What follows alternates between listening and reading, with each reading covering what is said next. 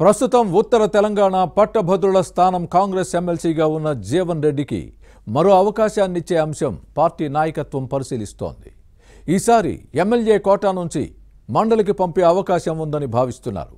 ఈ దిశగా సీనియర్ మంత్రులతో లాబియింగ్ చేసుకుంటున్నారని పార్టీ వర్గాల్లో వినిపిస్తోంది.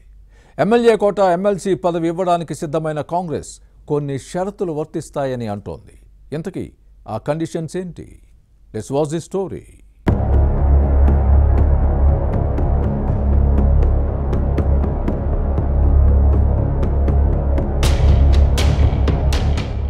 ఉత్తర తెలంగాణ గ్రాడ్యుయేట్ ఎమ్మెల్సీ ఎన్నికను కాంగ్రెస్ ప్రతిష్టాత్మకంగా తీసుకుంది. ప్రధాన ప్రతిపక్షం బీఆర్ఎస్ కన్నా బీజేపీ నుంచి ఎక్కువ పోటీ ఉంటుందని భావిస్తున్న హస్తం పార్టీ అభ్యర్థి ఎంపిక నుంచే జాగ్రత్త వహిస్తోంది.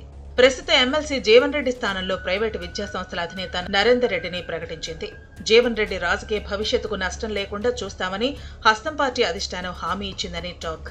ఈసారి ఎమ్మెల్యే కోటా నుంచి ఎమ్మెల్సీని చేసే అవకాశం ఉంది. ప్రస్తుతం ఉమ్మడి కరీంనగర్, మెదక్, ఆదిలాబాద్, నిజామాబాద్ పట్టభద్రుల ఎమ్మెల్సీగా కొనసాగుతున్నారు.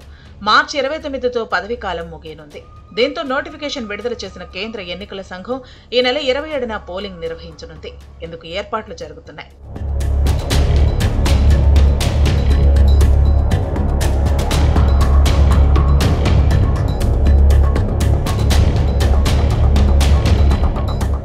పట్టభద్రుల ఎమ్మెల్సీ స్థానం నుంచి మరోసారి పోటీ చేయాలని అధిష్టానం జీవన్ రెడ్డిని కోరింది. కానీ ఖర్చునకు తట్టుకోలేనని చెప్పడంతో ఎమ్మెల్యే కోటా నుంచి మండలికి పంపే అంశం పరిశీలనలో ఉంది. వచ్చే నెలలో 8 ఎమ్మెల్సీ స్థానాలు ఖాళీ కానున్నాయి. 2 ఉపాధ్యాయ స్థానాలతో పాటు 1 పట్టభద్రుల ఎమ్మెల్సీ సీటు ఈ నెలలోనే పోలింగ్ జరగనుంది.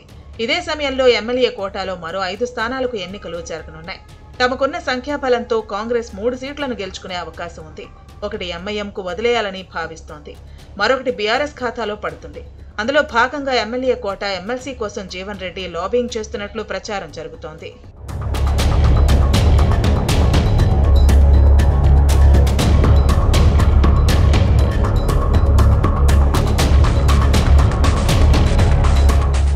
నలభై ఏళ్లు రాజకీయ జీవితంలో పలుసార్లు జగిత్యాల నియోజకవర్గం నుంచి ఎమ్మెల్యేగా ప్రాతినిధ్యం వహించిన జీవన్ రెడ్డి కష్టకాలంలో కాంగ్రెస్ కు అండగా ఉన్నారు.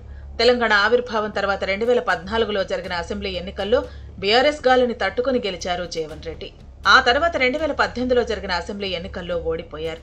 అయితే అనంతరం 3 నెలలకే వచ్చిన పట్టభద్రుల ఎమ్మెల్సీ ఎన్నికల్లో విజయం సాధించి మండలిలో కాంగ్రెస్ వాణి వినిపించారు. 2023 ఎన్నికల్లో రాష్ట్రంలో కాంగ్రెస్ అధికారంలోకి వచ్చినప్పటికీ జగిత్యాలలో జీవన్ రెడ్డికి పరాజయం తప్పలేదు. అయితే పార్టీ అధికారంలోకి రావటం, ఆయన ఎమ్మెల్సీగా కొనసాగడంతో పెద్దగా అసంతృప్తి లేదు. ఇక గత పార్లమెంటు ఎన్నికల్లో నిజామాబాద్ నుంచి పోటీ చేసి ఓడిపోయారు జీవన్ రెడ్డి.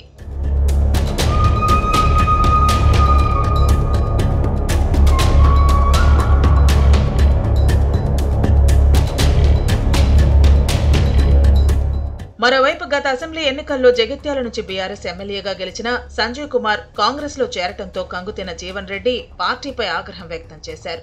సంజయ్ చేరికను వ్యతిరేకించారు. తర్వాత జరిగిన పరిణామాలతో జీవన్ రెడ్డి మనస్తాపం చెందారు. అయితే అధిష్టానం బుజ్జగించి సముచిత స్థానం కల్పిస్తామని హామీ ఇచ్చింది. సీనియర్ నేత గౌరవానికి భంగం రాకుండా చూసుకుంటామని అధిష్టానం చెప్పడంతో సైలెంట్ గా ఉంటున్నారు. గ్రాడ్యుయేట్ ఎమ్మెల్సీ ఎలక్షన్లో పోటీ చేయనని చెప్పడంతో ఎమ్మెల్యే కోటా నుంచి సీటు ఇచ్చే అవకాశాన్ని పరిశీలిస్తోంది.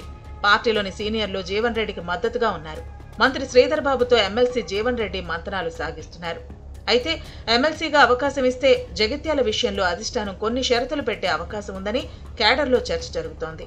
బీఆర్ఎస్ నుంచి కాంగ్రెస్ లో చేరిన ఎమ్మెల్యే సంజయ్ అంశంలో జోక్యం చేసుకోవద్దని కోరుతున్నట్టు సమాచారం.